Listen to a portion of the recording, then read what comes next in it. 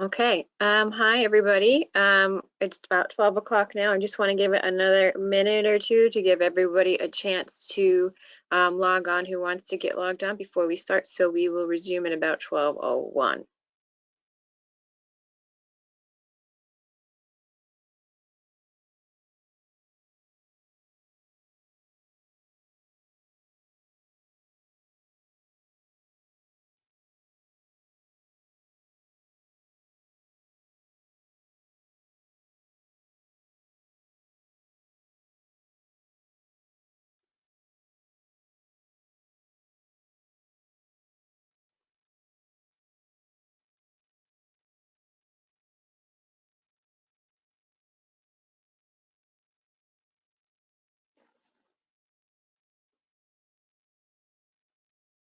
Okay.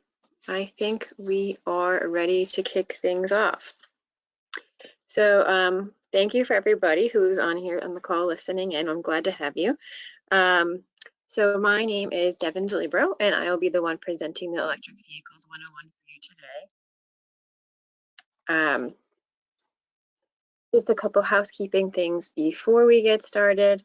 You should know that this webinar is being recorded, so that'll go out either later today or tomorrow with the recording, so you can review it or send it to whoever you'd like. Another thing to know is that if you want to ask questions, feel free to do so in the questions box. Everybody is muted just to make things a little bit easier, and I've built in some time to address questions throughout the presentation.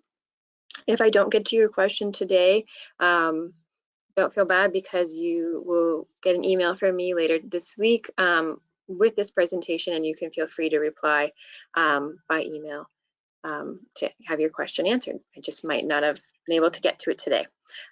So with that, I will start off. Okay, so like I said, my name is Devin Delibero.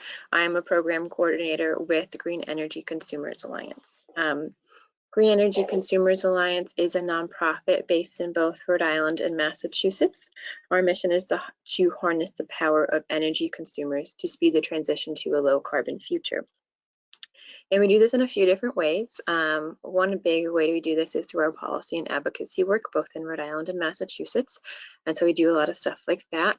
And another main way we do that is through our programmatic work. So we have programs that are called Save the Peak, Green Powered, and Drive Green.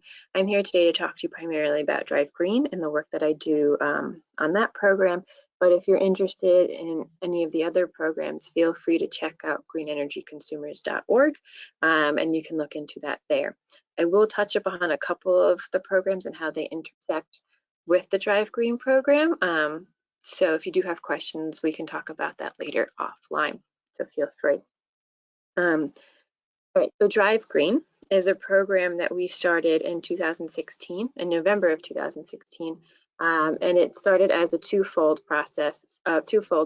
So one is to educate folks about everything they want to know about electric vehicles. So we have on our website things about like for driving and what charging, like what to do to charge your electric vehicle and the different levels of charging, and like pretty much any kind of question you could hope to ask should be able to be answered through our website. And to support that educational effort, we also do things like host webinars and events when we can host events. Then we do ride and drives and things like that. So that's that part of the program. The other part of the program is we want to get people in these car seats, right? So we have developed a network of dealers who offer pre-negotiated discounts for folks who sign up for a test drive on our website. Again, I'm going to repeat that. You must sign up for a test drive on our website if you want this pre-negotiated discount, because if you don't, I can't help you out so much. But what's great about that is you get a really big discount. We lay it all out for you. And that can help you get an electric car. So that part of the program is really great. We also, about in October of 2019, I believe, we rolled out a pre-owned program. So now we do offer pre-owned electric vehicles on our website as well. The only thing is we don't have discounts on them. We just have a place for you to see and like compare, that sort of thing. And I'm going to show you the website later in this presentation, but for now, I just wanted to give you a quick overview. Okay, so to kick off, why did we choose electric vehicles? Well, the transportation industry is one of the leading costs, one of the leading contributors to pollution, excuse me. And so we thought like electric vehicles are a good solution to that. So this slide talks about the gram of CO2 emissions per mile that different types of cars give off. So a gas-powered car is about 381 grams of CO2 emissions per mile, and you can imagine that is quite high and extensive. If you have a plug-in hybrid, it's a little bit better at 176, and that is a car that has both gas and has a plug to have an electric range as well. What you really want is a battery electric vehicle, which only gives off 96 grams of CO2 emissions per mile. So that's a big jump from 381. And then this last little thing is a plug for our green powered program. So our green powered program basically matches whatever electricity you use with green renewables on the grid every month.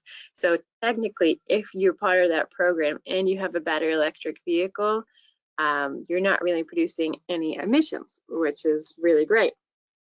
And just to give you a little more context for this information that I've presented so far, I have some information from the EPA. So according to the EPA, a typical passenger vehicle, a gas passenger vehicle, emits 4.6 metric tons of CO2 per year. So you can see, as we're trying to fight climate change, we would want people to go to battery electric vehicles or even a plug-in hybrid. And CO2 emissions from 1 gallon of gasoline are 8,887 grams. That's a lot. And so a way to combat this is to get vehicles that don't have tailpipe emissions, like a battery electric vehicle. Okay, electric vehicles are also better for public health. There are no, or less if you have a plug-in hybrid, tailpipe emissions when you have these types of vehicles. That means when you are driving around, all those particulates that typically come out of a tailpipe aren't coming out of a tailpipe in your daily commute. And they're cleaner even if you take electricity generation into account. And so just to give you a little bit more context with that, in both Rhode Island and Massachusetts, there are efforts underway, there are renewable energy standards underway to get the grid even cleaner and cleaner every year. So in Rhode Island, for example, the renewable energy standard is to have utilities incorporate 38.5% of renewables into their mix by 2035. And in Massachusetts, the amount of green renewables folks use every year increases by 2% in their electricity mix. We can talk more about that and how our other programs relate to that, like green municipal aggregation or community choice aggregation, which some communities are doing in Massachusetts, and it's starting to roll out in Rhode Island. But if you have questions on that, I would rather you just email them to me and I'll answer them later. Climate change itself is a public health threat. We've seen that with like the fires in California and in Australia, for example. So really, we're trying to, do whatever we can, and electric vehicles are a good place to start for us. And then electrification could save New England $2.2 billion in avoided health costs by 2050, according to the American Lung Association. So you can see that's another huge reason why we think electric vehicles are the way to go. Okay, electric vehicles are also way more efficient than your typical gas-powered vehicle. Gas-powered cars convert only about 17 to 21% of the available energy in gasoline into kinetic energy, whereas electric vehicles have an efficiency rate of closer to 60 to 77%.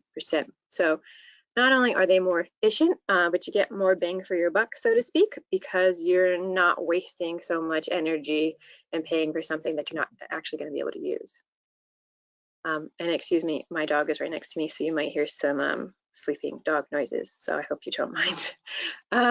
Okay, so now if you take a peek at the graph to the right here, we compared the MPG and MPGE of popular cars.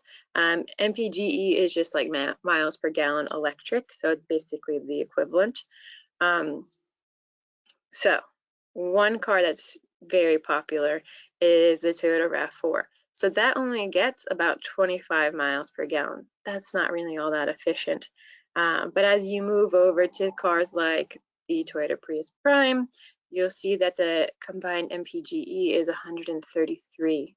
And that's crazy. That's so great, not only for your wallet, but for the environment. And then you keep moving over to the battery electric vehicles and you see it stays within that range. It's really high. So like the Hyundai Kona, for example, has 120 miles MPGE. So that's another reason why we think electric vehicles are great.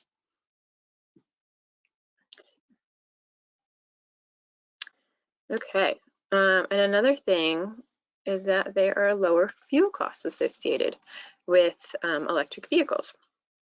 So we have some math, and if you want to check it out a little bit more extensively, you can take a peek at our website. But basically, the average New England driver will save 3.6 cents per mile if they drive on electricity versus gasoline. This is equivalent to $428 a year or $36 a month. We do point out, so if you are on this presentation and you're not from New England, we do know that New England has high electricity prices and low gas prices, but you will still see savings. And if you live in those areas that don't have such high electricity prices, you'll see even more savings. So for example, if you look at the e-gallon thing that I have here, you'll see that in Massachusetts, a typical gallon of gasoline costs $2.74, and that was as of today, versus an e-gallon which costs about $1.96. So you'll see savings are really significant and do add up over time. So that's another reason why we think electric vehicles are great. Similarly, EVs cut your maintenance and repairs costs. So there are far fewer moving parts in an electric vehicle, particularly if it's a battery electric vehicle compared to a combustion engine. So you don't really need things like oil changes, so you're at the dealer or mechanic a lot less. I know a lot of electric vehicle owners that only really go there for tire rotations, so you're there a lot less. Also, again, in that vein, the battery, the motor, and electronics require very little maintenance. Most batteries actually have an 8-year, 100,000-mile warranty. So if you're ever worried about the life of your battery, I would say you don't need to be with these electric vehicles. They're really great, and the manufacturers are generally very confident that the battery will last the entire lifespan of the vehicle. Right. Oh, and then another thing that's really cool in electric vehicles is regenerative braking. And just for those who don't know what regenerative braking is, I'm just going to explain it quickly. So regenerative braking is a method in which energy is extracted from the parts braked to be stored and reused, and this thus adds additional energy to the battery. And that is a result of something called one-pedal driving. So what happens is, if you're in a one-pedal driving mode while you're driving an electric vehicle, you take your foot off the accelerator and the car slows way down, like a lot more than if you just take your foot off the gas. So you don't have to use the brakes as much, and then the electricity kind of goes back into the battery, and also you're not wearing down your brakes, and then you don't have as much maintenance costs because you don't have to replace your brakes. So it's another kind of pro in the EV column. And then I do want to bring your attention to the consumer reports that just came out a few months ago about electric vehicle costs of ownership, where it does detail that it is over time significantly less than owning your traditional gas-powered vehicle.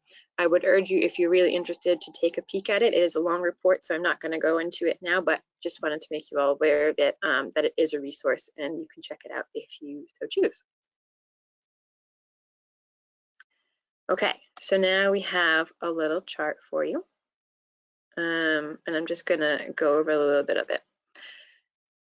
Okay, so in this chart we have compared a Nissan Leaf Plus to a Chevy Bolt and then a Toyota RAV4. So the first two are battery electric vehicles. The third is a very popular internal combustion engine vehicle. so no plug. You'll see that the starting costs for the Nissan Leaf Plus are $39,520. At one point, the drive green discount was $7,500. I believe it's a little bit more now. I think it's about $8,000. So you can subtract that from the total cost. And then the Nissan Leaf Plus is also available for a federal tax credit, which I'll talk to you more about in a little bit. So that brings the net price down to $22,000 and roughly $20,000. The Chevy Bolt is similar, but that the Chevy Bolt is not eligible for the federal tax credit because something I will go into a little bit later, but basically GM has exceeded their amount of vehicles that they can for the tax credit. And then we have the Toyota RAV4, which has roughly $24,000. And just to compare them, you'll see that the MPG or MPGE is significantly greater in the electric versions. So that'll save you money there. And not only because electricity is cheaper, but because you're getting more bang for your buck and you're getting more mileage out of it. The numbers we have here for the fuel costs,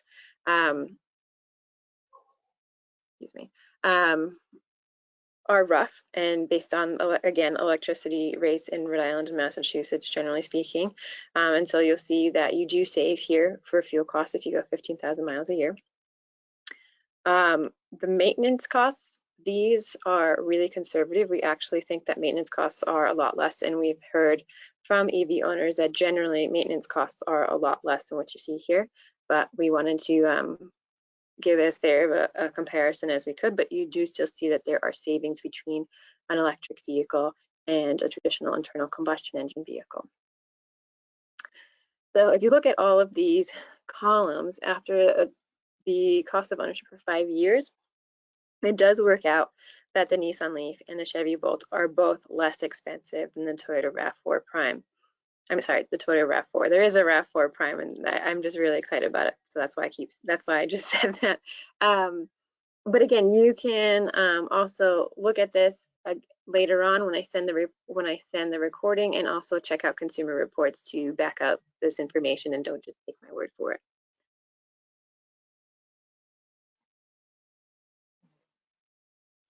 Okay. Again, what I've been saying the last slide, so EVs save big on ownership costs. EVs are cost effective when compared to the best-selling, top-rated, and most efficient cars in their class. These figures include financing, depreciation, and resale values. And most of this information is assessed on a 5-year and lifetime basis. Again, a lot of this information we pulled from Consumer Reports, so please feel free to take a look. Okay, so EVs are also really fun to drive. I don't know if any of you have test driven one or have one of your own, but they are really fun. They have like the latest tech, which is always really fun to play around with, especially like me if you have a car that's more than a few years old. And they're super fast, which for my lead foot is a great time, which I'm sure some of you will also appreciate.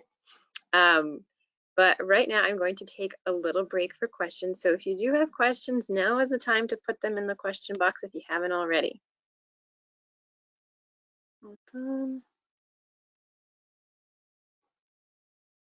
Okay, there are a bunch already.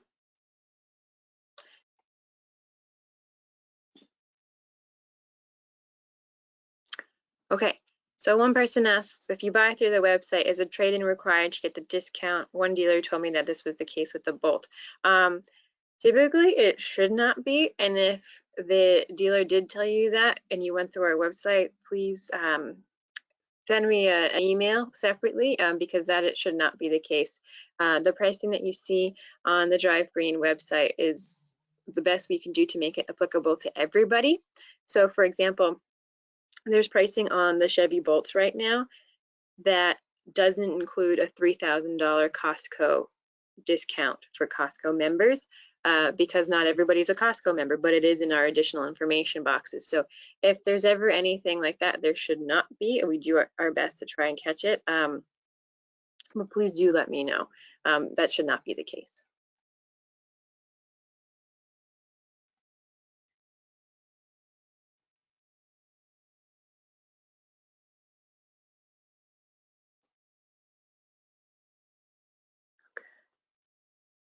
Sorry, I'm just reading through some questions here. If you see my face, it's my concentrating face.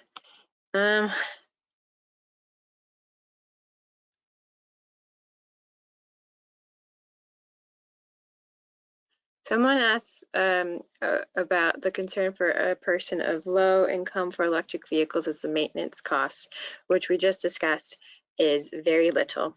But they're concerned more about battery replacement. So like I said earlier, they're typically for all vehicles, there are 8-year, 100,000-mile warranties on the battery. So even if it does need to be replaced, which I doubt that it will, it's all set and paid for.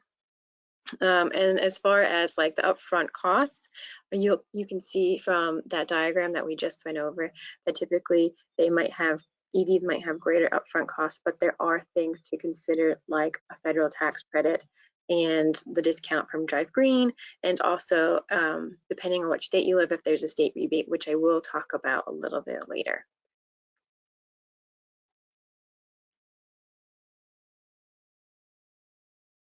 Okay, some of these questions are stuff that I will get to a little bit later, so I'm just going to go through them quickly.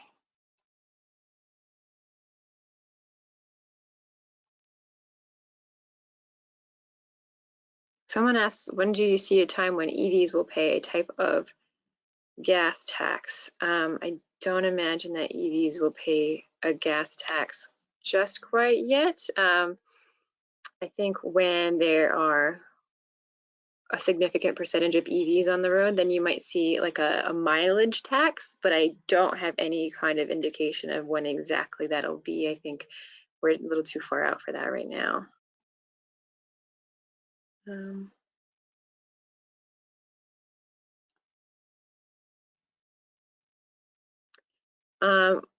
Someone asked, what is the mileage that the fuel cost savings are based upon? So that was based on like driving 15,000 miles a year. Okay.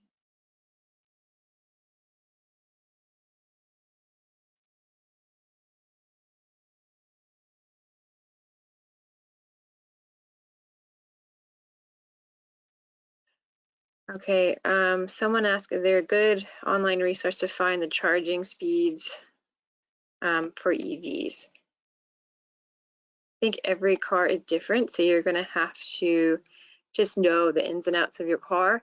But we'll talk about this more a little bit later. There are different apps that you can use to learn all about the different public charging stations that you may or may not want to go to. The best app that I know of is PlugShare, and it's a crowdsourced app, so everybody can comment about all the different things you might want to think of. So like the charging speed, whether it's broken or not, whether or not you have to pay for the charging, that sort of thing. Oh, that was Chris. Hi, Chris.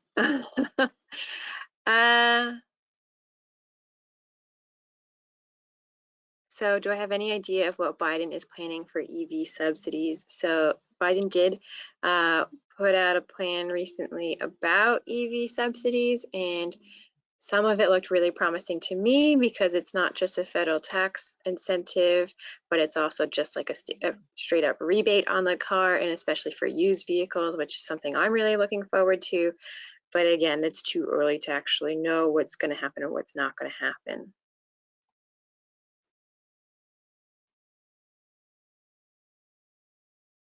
Okay, someone asks, if you don't reach the standard IRS deduction, can you still get the $7,500 tax credit? So the answer to that is no. The IRS is not going to hand you a check, unfortunately, for more than you owe. But you know your personal tax liability better than I do. Whoa, we have a lot of questions here. Okay, is it better to lease? If I buy an EV while will the new technologies leave me behind in the dust? It's really up to your preference and like how much you drive a year, or just how you feel about ownership versus leasing. I personally I tell people to lease because technology keeps getting better and better, and models keep getting, there's more and more models every year, and it keeps getting more exciting. So for me personally, because I work in the industry and I'm excited to experience and look at all these different cars, I would probably lease. to keep getting a better and better car.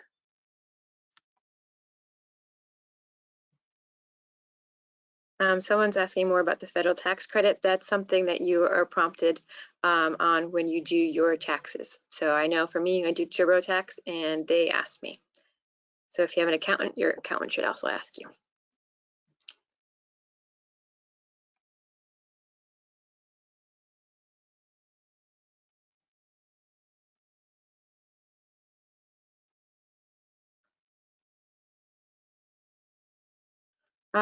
Someone's asking me if the charts are on our website. Not all of the charts that I've just talked about are on the website, but again, I will be sending this recording around for you all to look at, so you can screenshot it if you need it.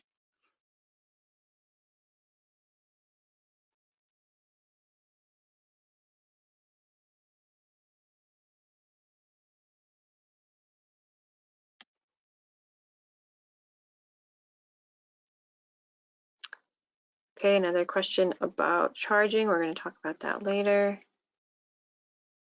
Someone asked if the Drive Green discount on Bolts is really 14,000. I honestly think it's a little bit more than that for this month. I think it was 15 to 16,000. But yeah, take a look at our website, or I'll just show you actually a little bit later, and you'll see that the the discounts are really great this month.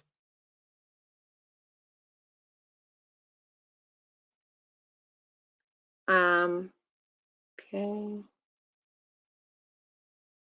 So for people who have questions about the batteries, I'm going to link later to our a recorded battery webinar for you all to look at. And hopefully that can answer your questions, because I'm not our battery expert, but I do have one on staff, and she's done some really cool webinars for that. And then if someone has a question, if everyone in my neighborhood installs home charging stations, can the current electricity infrastructure handle that? It should, but there's also things, I would encourage you to look up time of use rates and the fact that like most electric vehicle drivers charge overnight when demand is lower. But there are things that the utility companies are trying to do to mitigate that eventuality. Question about, does using a rapid charge option degrade the battery at all? So think about your car battery like your cell phone battery, right? So if you charge your battery at super fast speed for your cell phone, it's going to degrade the overall life of your battery over time, right? So yes, you can use rapid charging when you're going on road trips, or if you just need it for whatever reason. But generally speaking, I would not do it all the time, because it can degrade the battery. I would also recommend that you keep the battery like between 20 and 80%, just kind of like your cell phone, to get the maximum usage and life out of your battery.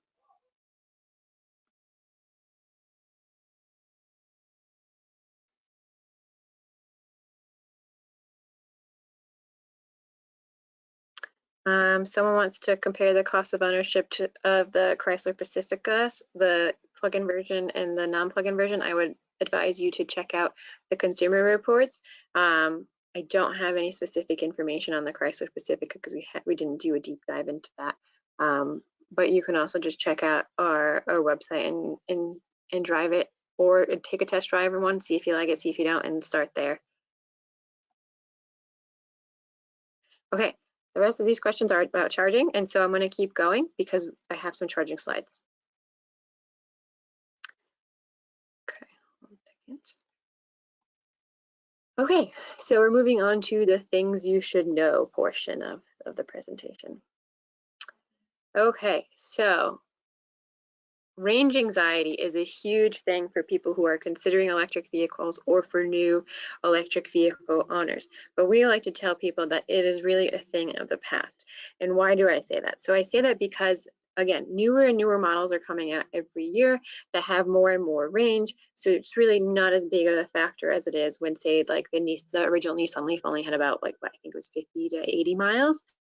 Per charge. So you see now the Nissan Leaf Plus gets 226 miles per charge. The Bolt and the Kona get a little bit more. The Teslas get into the 300 range-ish, and we keep seeing more and more models every year that get more and more. So this is just a quick little snapshot of some of the models that are more popular, but there are other cars that also have great ranges like this. We just don't have enough room on this graph to talk about. If you are still not ready to go all electric, to go pure electric, there are other options that you can consider. Someone just mentioned the Chrysler Pacifica hybrid. I believe that gets about 33 miles per charge, and the rest is a gas backup. So you can do most of your errands or your daily commute on electricity and then have that gas backup, no problem. I do know plenty of plug-in hybrid owners who do exactly that. They do most of their driving on electricity because they can charge every night, whether that be at home or at a public charging station, or they just, it covers what they need for driving.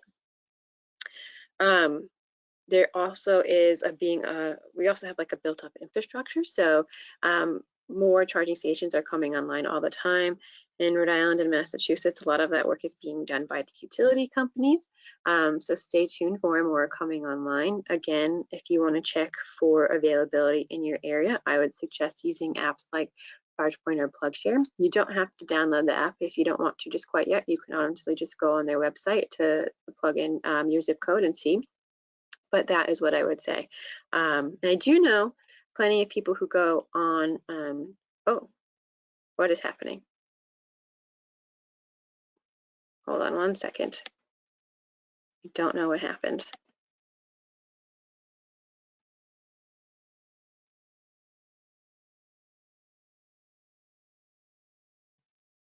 Oh no. Well, I was going to say that I do know plenty of people who have gone on road trips with their EVs, so that is perfectly fine. Oh no, I might have to phone a friend. I don't know what's happening. Give me 1 second. I'm really sorry for all of.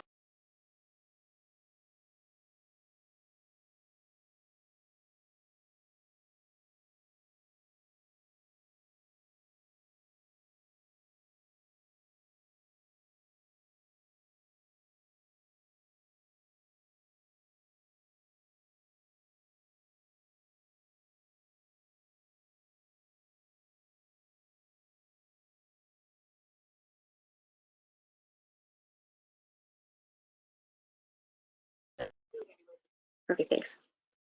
Oh my gosh, I'm very sorry about all that. I have no idea what just happened. Well, let's keep going. Hopefully it doesn't happen again. Okay, so we talked about this.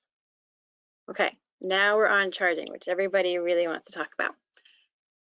Okay, so there are 3 basic levels for charging. There is level 1, which is 110 volts, and that gives you about 2 to 6 miles of range per hour.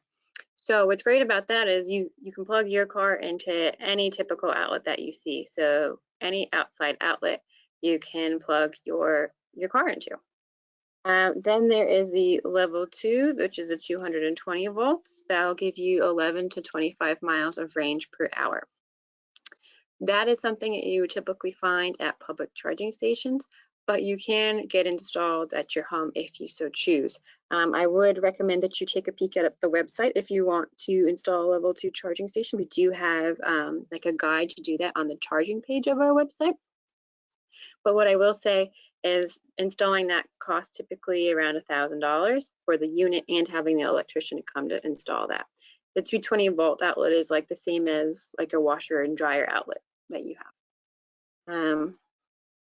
And then finally, there's a DC fast charging, which we touched upon earlier, or like which can give a car about 90 miles in 30 minutes, which generally, or it can be faster depending on the vehicle, but generally in about 30 minutes, you can get up to 80% of the full battery within that time, which is fantastic if you're charging on the go. Or if you're doing a road trip. And it gives you just enough time to do things like grab a cup of coffee or just walk, stretch your legs, that sort of thing. There are different plug types that I want to talk to you about. So you'll see on the right-hand side, I have a little diagram of what they all look like. So level 1 and level 2 are the J1772. So that can charge into like the 120 and the 220 like we just talked about, right? So that's good for those 2 levels. When it comes to DC fast charging, things get a little bit difficult because not everybody is on the same charging ports. So the J1772 combo, which is the middle diagram, is typically used in American and European made cars. But more and more Asian-made cars are starting to go on the combo, doing the combo route when they're selling cars here, because it just makes more sense to have them on all the same DC fast charging. However, there are still primarily Asian-made models that do DC fast charging with CHAdeMO. So cars that do that, for example, are the Nissan Leaf. But from what I've heard, the newer models, like the new cars that Nissan is coming out with, like the Nissan Ariya, are not going to be CHAdeMO. They're going to be J1772. So that's really great. Unfortunately, there are not enough rules and regulations in place that will make it all uniform, which brings me right to Tesla, who has its own proprietary network, which is fantastic for Tesla folks. I'm not going to dive too deep into it because it's just Tesla specific, but do know that they have a really great charging infrastructure built into it, and that is one reason why folks are very particular about becoming Tesla drivers, because they do have that that benefit. So yeah, those are the main things you want to know about charging. Again, I'll mention a couple different apps that you should use: PlugShare and ChargePoint. They're really, really helpful.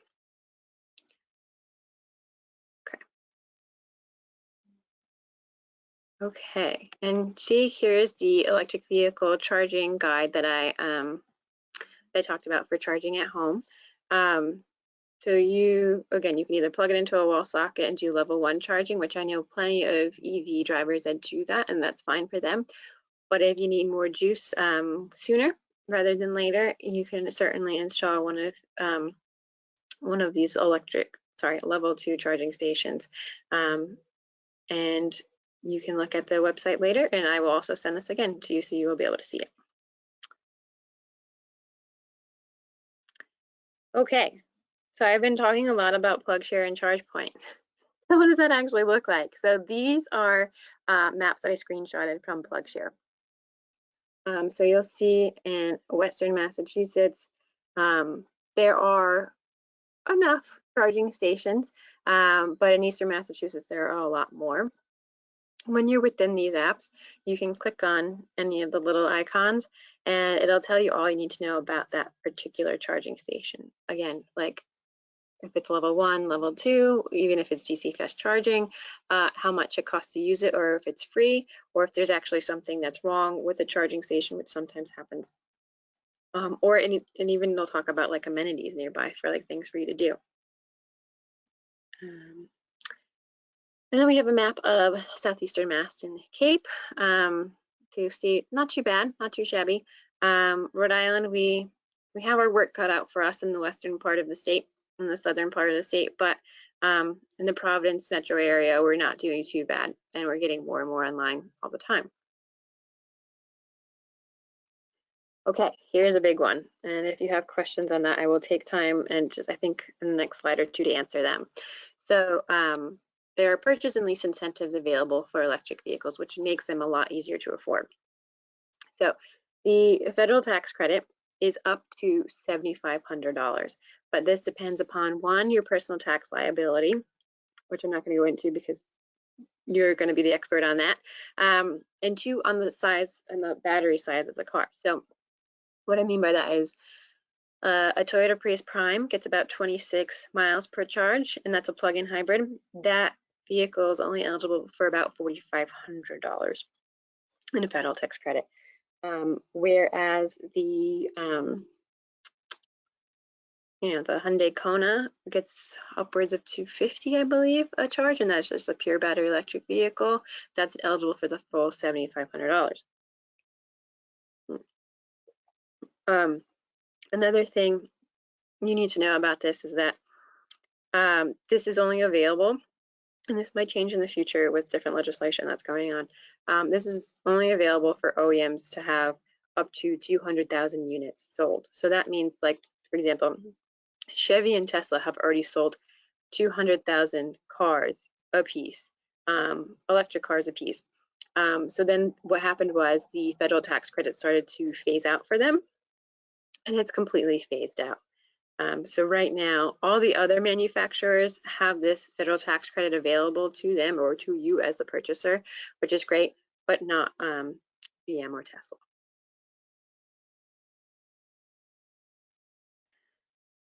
Okay, then there are state rebates to consider. So just right off the bat, you'll see Rhode Island is not mentioned here because at one point we did have one, but we no longer have a state rebate.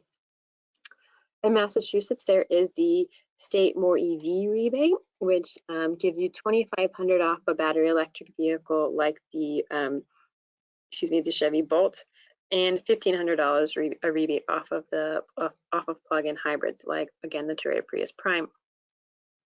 There are some conditions. So for a plug-in hybrid, it has to have 25 miles or more of range per charge, and they both plug-in hybrid and a battery electric vehicle have to be below $50,000 in purchase price. So those are two important things to know. And then there are the Drive Green discounts, which is what I'm all about. So we, again, have pre-negotiated discounts offered by participating dealers each month, and you can become eligible for those discounts if you sign up through our website for a test drive. Okay, let me just, oops, hold on. I'm going to show you the website really quickly.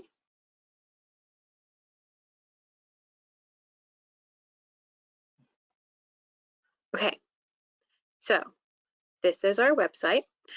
You'll see the Learn More tab here where you can learn anything you want to know about electric vehicles. It'll bring you to all these different topics that we have, especially like charging, winter driving, that sort of thing. Here we have our Take Action tab, which I have most of the links in my last slide are from here. So we have our newsletter, our Drive Green community group on Facebook is on here. Our Take the Pledge for your next car to be electric is on here. And if you already own an EV, if you want to become an EV ambassador, you can sign up through the Take Action tab. But right now we're really interested in the Explore and Shop version. Okay, you get here, you read all of about how it works, and you hit ready to enter the car buying portal. So right here, it brings you to whether or not you're interested in a new or pre-owned car. Just for the purpose of this webinar, I'm going to select new. And then you can choose your state. We're going to keep it as Massachusetts. And then you can see every car, this is our test drive, this is the first page of our portal. So every car has its own card, so to speak, that have really fast facts if you want to compare and contrast between the different models. And then on the left-hand side, you can see that you can sort by a myriad of different things, including whether it is a battery electric vehicle or a plug-in hybrid, the range, the base MSRP, so on and so forth. But once you're ready, you've compared, you know what you want, you will select, and for those of you who are curious about the latest Chevy Bolt discount, I'm going to show you. And you'll select the Kona, really whatever you want. Oh, quickly, for those of you who are interested in the Bolt EUV, it is available for pre-order only right now, so there's no discount, but you can pre-order it through our website if you so choose. Okay, you'll notice we have something about the Costco discount. So right here, you choose the trim levels that you're interested in based on what you want in your car. Okay, so this part of the form is where you compare all the different offerings in the trim level. So, for example, so I was right, Quirk Chevy is offering $16,000 off their purchase price right now. So if you're a Massachusetts state resident, you not only get the Drive Green discount, but you get $2,500 off because of the state rebate, which you have to file with More EV, which brings their final purchase price to $18,995, which, as you can see, significantly a better price than the $37,495 that's the base MSRP. But you can scroll down, you can see what other dealers are offering, and you can choose whatever dealers, you can choose multiple dealers to choose from based upon like where you are, the best discount, if you preferred one dealership over another for whatever reason. I'm just going to click Quirk and Copeland because they're the first two. And then when you get here, you fill out all of your information. And what happens is you know, all the dealerships get sent an email with all of your information so they can contact you. You get sent all of their information so you can contact them. The dealership should contact you within 48 hours. But the most important thing with all of this is that this makes you eligible for the discount that's offered this month. You need to buy the car within that allotted time, but it makes you eligible for the discount. And if you ever have any issues, let me know and I'll fix it for you. But I can't fight for you unless you sign up through the website. So please do. And with that, we're going to go back to the presentation, but I'm going to pause for questions.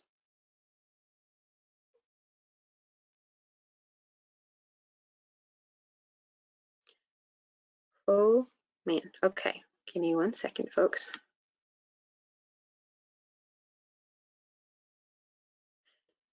Okay, someone asked, are drive green discounts offered in New Hampshire? Not, I mean, if you come down from New Hampshire and buy a car at one of our dealerships, they're totally available for you. We don't have any dealers in New Hampshire right yet, but I actually have a meeting about that later today to discuss the potential for doing something like that. So stay tuned.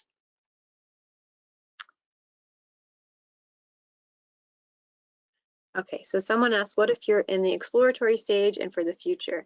Can you sign up to test drive without the obligation to buy? Of course you can. It's just like going to a dealership. You don't have to buy. I mean, they're going to try to get you to buy, but you don't have to buy. If you're still in the exploratory phase and you're just kind of like looking out for different models that you might be interested in or whatever, I would encourage you to sign up for our newsletter, because what we do, or take the pledge. Because what we do is we will send you quarterly emails or just periodically send you emails about what's new in the EV world, different models you may be interested in, different policies surrounding EVs, kind of just anything that's really like of note. And we'll let you know about different events that we're having where you could potentially test drive once COVID is not as much of a threat. So that's what I would say for that.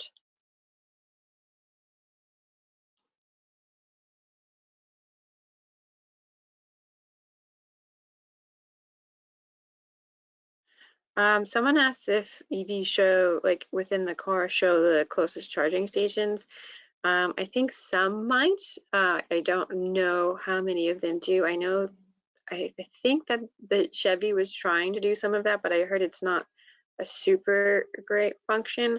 What I would suggest to you is to have the ChargePoint and PlugShare apps ready to go at the very least.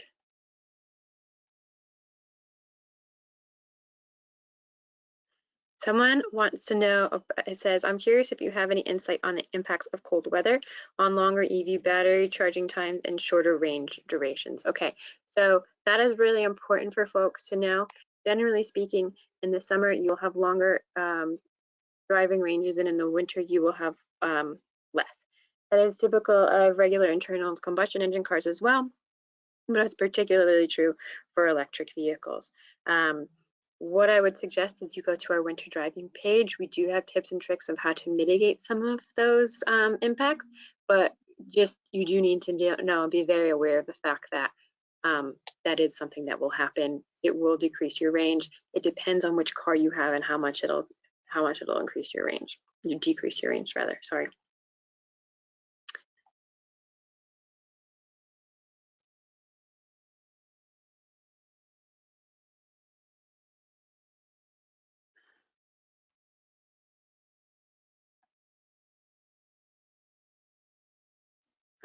Okay, so someone asked for recommendations for a level 2 charger, which will be used outside.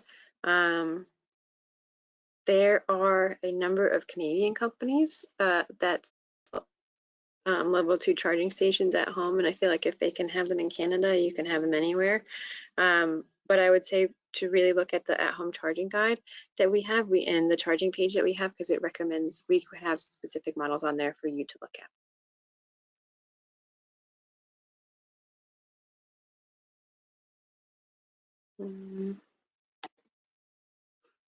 Someone else has a question about winter weather affecting the vehicle range. Again, it does affect the vehicle range.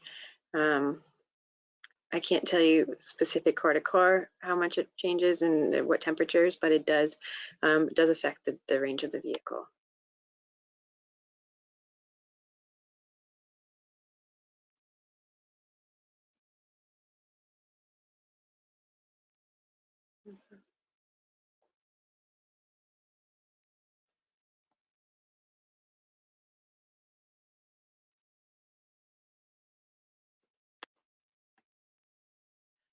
So the comparisons on our page do not show the different charge times. So that is something that you will have to do some homework on to really gauge. If that's really important to you, you'll have to check that out.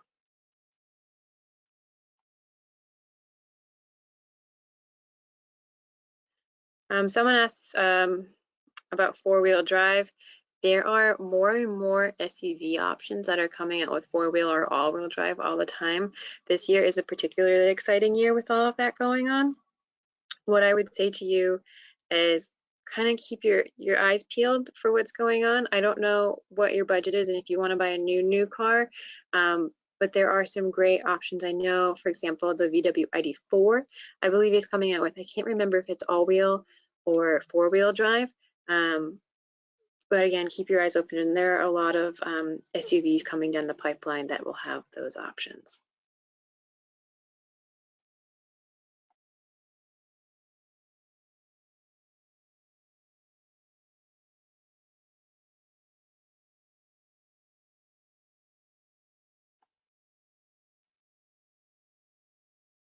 Someone's asking, how are the incentives for pre-owned EVs?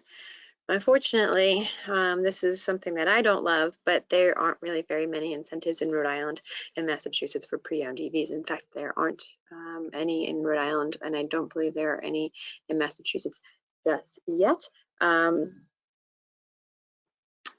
So we're keeping our eyes peeled. Hopefully there's going to be something on the federal level that'll do something for that, but as of right now, there's not much. Okay, so in the interest of time, I am going to finish out the presentation. And if there are any other like very lingering questions, I will answer them. But if I didn't get to answer your question, or if you feel like you need more detail on your question, again, feel free to email me. Okay, so what's next? So here are some things that you can sign up for, which I kind of touched upon within the presentation. So I advise everybody, if they're interested in getting an EV or just already have one and want to talk to folks who have an EV, to join our Drive Green Community Facebook group. It's a place where EV owners and EV enthusiasts come together to ask questions and share experiences and just share EV related news. So I think it's a really cool resource for folks to take advantage of. You can take the pledge that your next car will be electric, and we will keep you in the know with periodic emails about EVs, so that when you're ready to buy an EV, we're here for you. And you know all the information that you need to know, hopefully. You can sign up for a newsletter. It's a quarterly newsletter where we talk about, again, EV news, different cool models that are coming to the market, maybe some events that we're doing, all that sort of thing. And join some more of our webinars. So tomorrow at 9 o'clock, we are doing what's called a coffee hour.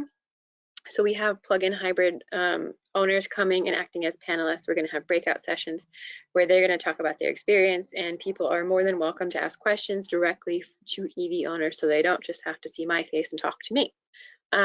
So please, I would encourage you to join.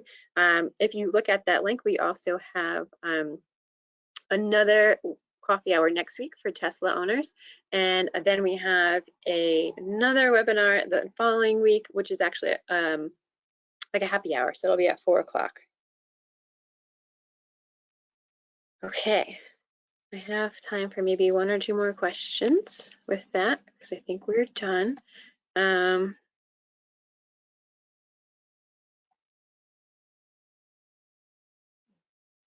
Okay, someone has a question about towing. So I know one of my colleagues just got the VW ID4, and he got a tow hitch for it and everything, and he does tow stuff on his car. It will, just like if you had a regular vehicle, it will lessen the range, but different vehicles have different capacities for towing, so that is something that I can't answer for you directly because you'll have to look into the specs, but some of these vehicles are very capable of towing.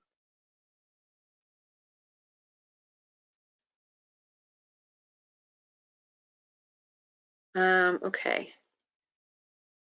For this, she's particularly worried about her Chevy Bolt and whether or not she can, like what's the difference between what the manual says and what the dealership says. Personally, I would go with what the manual says versus the dealerships, because some dealerships, they know some stuff, but they don't know everything, whereas the manual should have everything you need there. And I would also encourage you to join the Facebook group, because we have plenty of Bolt owners on there who would be able to answer your questions, I hope.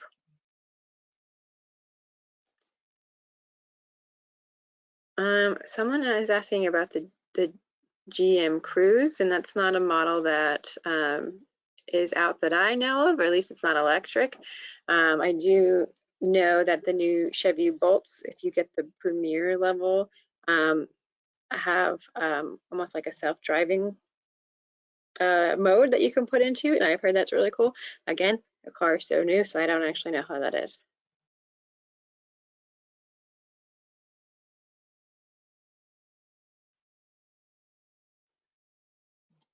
The Facebook group is simply called the Drive Green Community Group.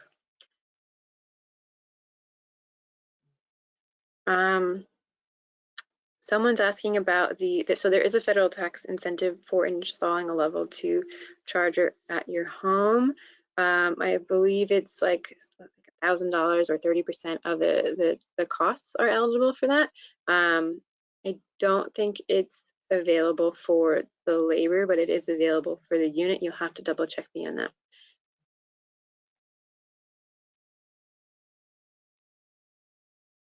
Someone wants to know if Volkswagen is going to participate in the Drive Green discount. So I can let you know that right now we are testing the waters to see if they're ready to participate in the program. With a lot of these really new cars, they're kind of operating on a Tesla like model. And by that I mean they're doing mostly online reservations, and they're kind of skipping the dealership almost. Like it is going to the dealership when you actually buy the vehicle, but you do all of the rest of it online on the OEM website. So we're waiting to see what inventories are like and what dealerships have to say. So by this month or next month we should have an answer, but right now they're not on the website. And also Ford Mach-E is not on the website for similar reasons.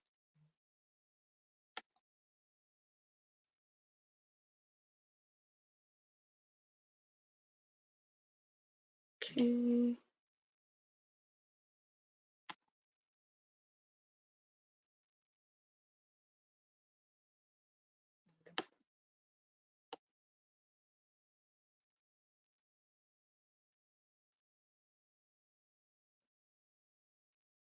Someone's has a question about the difference between battery technologies between Ford, Nissan, Hyundai, and Chevy.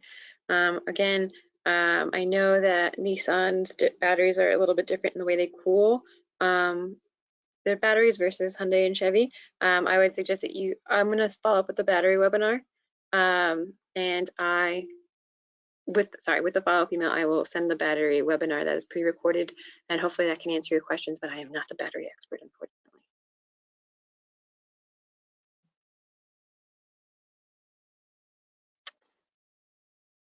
Okay. I think that is most of the questions, and we are right on time. Again, I will sign off now. Thank you all so much for joining. I will send a recap email later this week, either today or tomorrow, with the recording and some links that I've mentioned and anything else that I can think of. If you do have a question that I didn't get to, or you didn't feel like that was answered fully, please feel free to reply, and I will do my best to get back to you and answer your question as fully as I can. But again, thank you all for joining, and I will see you next time.